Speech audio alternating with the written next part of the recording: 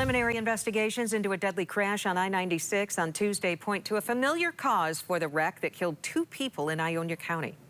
Now, with millions of extra drivers getting ready to hit the road for the holiday weekend, state police are urging extra vigilance. News 8's Duncan McLean joins us live with the latest on the crash and how state police will adapt their enforcement this weekend. Duncan?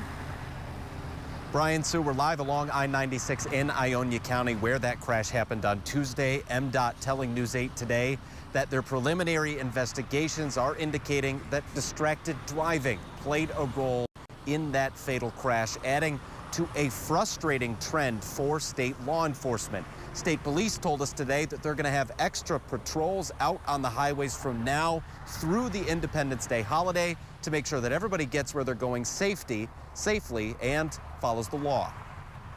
Well, it's incredibly frustrating because a lot of the times these crashes can be avoided.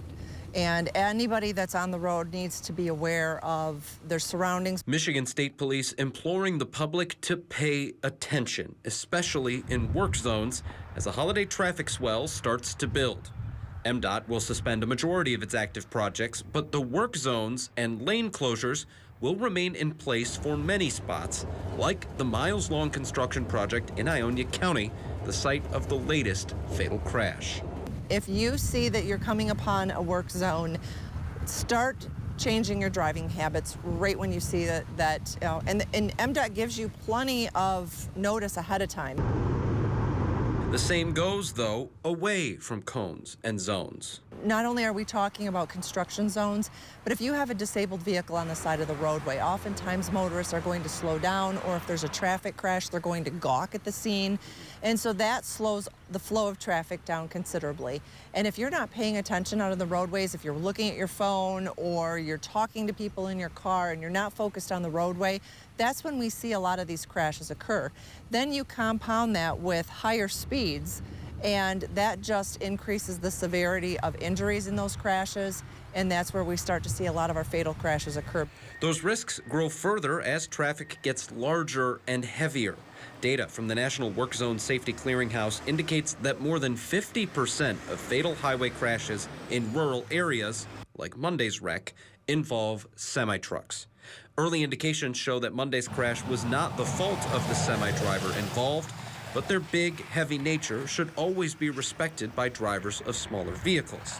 Stopping distance in front and behind a truck is paramount to safety.